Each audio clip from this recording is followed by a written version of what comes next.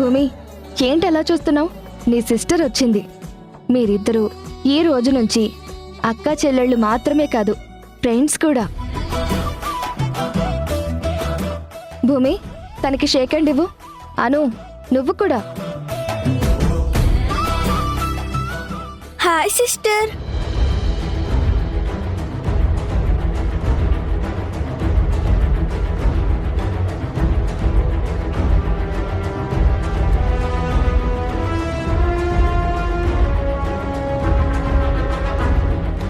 అను, shake hand ఇవ్వు.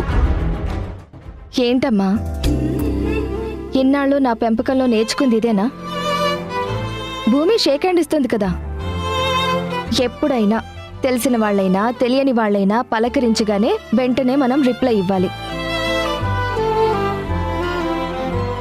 Sheikh hand ఇవ్వు. అను, నీకే చెప్తున్నాను కదా, ఇవ్వు.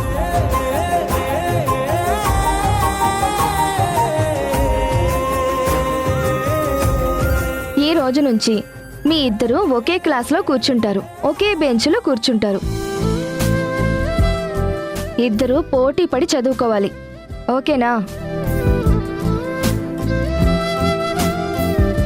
మీ ఇద్దరిలో ఎవరికి మంచి మార్కులు వస్తే వాళ్ళకి నేను మంచి గిఫ్ట్ ఇస్తాను. అయితే నేను ఈ రోజు నుంచి అను సిస్టర్ కంటే నేనే బాగా చదువుతాను.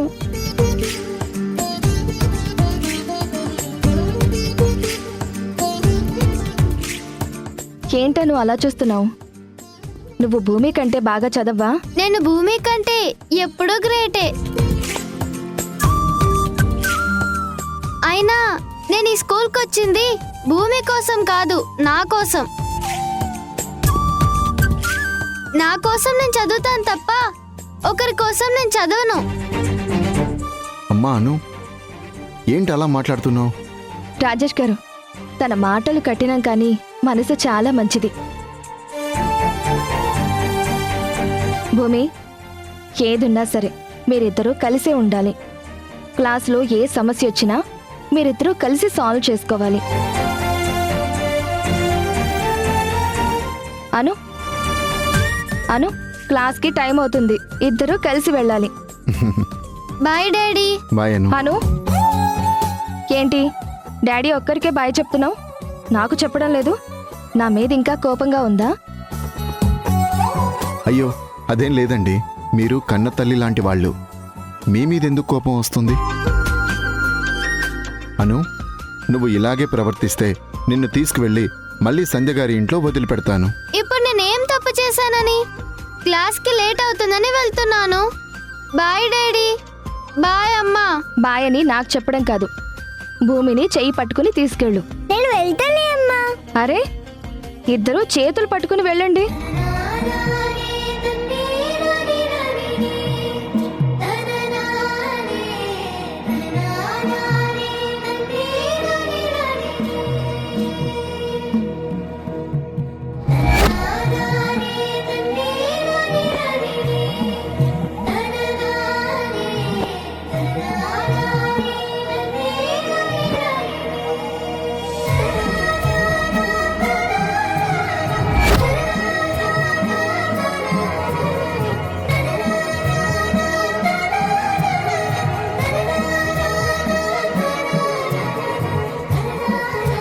రాజేష్ గారు, వాళ్ళిద్దరినీ చూస్తే నాకు చాలా సంతోషంగా ఉంది.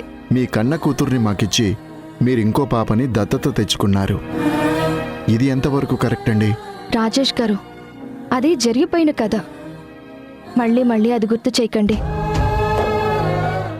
అయినా మా ఇంట్లో అను ప్లేస్ని భూమి రీప్లేస్ చేస్తుంది. సారీ అండి, మీ రెండో కన్న కూతురు బ్రతికే ఉందని మీతో చెప్పలేకపోతున్నాను. మీ పాప దొరికితే తప్ప ఏమీ చెప్పలేని పరిస్థితి. రాజేష్ గారు, ఏం ఆలోచిస్తున్నారు? అబ్బే, ఏం లేదండి. సరే, ఇందాక నేను వింధ్యకి ఫోన్ చేస్తానంటే వద్దు అన్నారు. ఏమైంది? ఏదైనా ప్రాబ్లమా? మొదటి రోజు పాపని స్కూల్కి పంపిస్తూ ఉంటే వింధ్య రాకపోవడం ఏంటి?